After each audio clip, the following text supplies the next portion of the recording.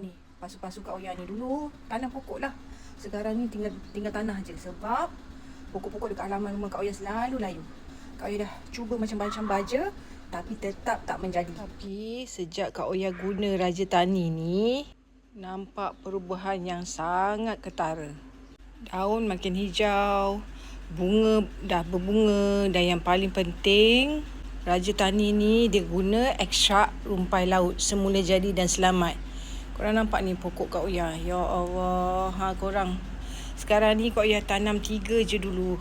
Nak tengok hasil dia. Kat sini kan kalau korang nampak, dia ada tulis spray dengan off kat tepi ni. So bila korang nak spray, korang pusingkan saja. Pusingkan saja yang ni. Dia boleh pusing. Nampak? Pusingkan. Ini untuk off. Off dekat atas, spray dekat tepi. Okey, korang boleh kuncikan dia dekat atas ni. Kalau tak pakai, tolak kat atas. Dia ada tulisan off kat sini. Kak Oya suka sebab dia senang guna. Spray je, tak payah bancuh dan biarkan ia bekerja. Bau dia pun tak menyengat macam baja kimia korang. Bau ni. Spray dekat batang-batang dia ni. Kan? Ni dekat batang-batang dia ni. Korang tengok. Semalam Kak Oya spray. Hari ni nampak. Cantik korang. Okey, nanti yang ni korang boleh gunting buang. Yang layu-layu ni. Kadang-kadang perubahan yang kecil bagi tanaman kita boleh hasilkan tanaman yang luar biasa.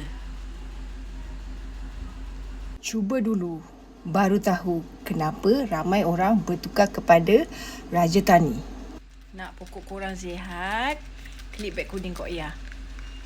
Raja Tani.